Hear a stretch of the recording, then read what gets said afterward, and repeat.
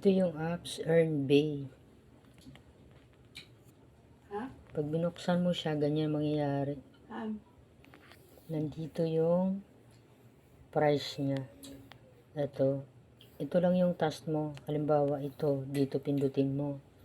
Mag-explore ng 20 segundo. Ganyan. Pindutin mo siya, tapos ito start offer sa taas. Start offer. Pindutin mo siyang start offer, tapos magda-download siya. Pag nag-download siya, ayan, ito yun, install mo. Tapos mag-explore ka lang ng 20 segundo kahit hindi ka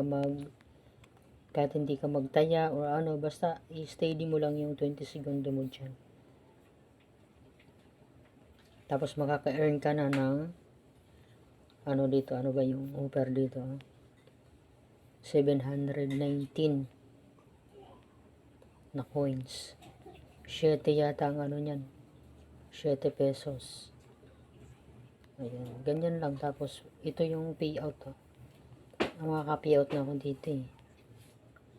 Ito wallet to. Need ko lang ng 160 ng ang minimum ito. Need ko lang siya ng isang invite. Ayan. One more task to meet withdrawal requirements. Ayan, pwede na ako mag-withdraw.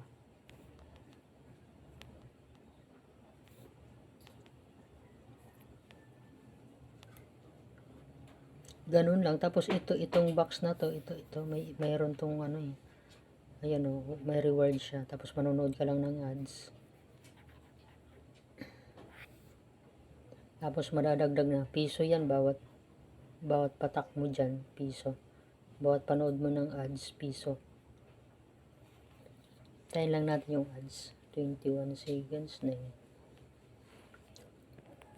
Para makita mo. 25 yun, diba kanina? 125.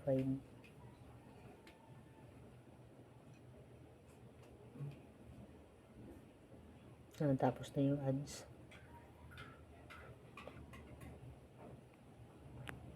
Next mo lang siya. May 5 seconds pa. Close. Ayan 126 na. Ganun. Dito nagdadagdag. Tapos ayan bago mo pindutin to, mayroon to oras. Pag natapos yung oras, pindutin mo na naman yan. Ayan, marami dito. May explore mo siya kung ano yung gusto mo. Pagkatapos mo download nito, halimbawa, uninstall mo, pwede. Basta naka-earn ka na. Okay, ganun lang guys.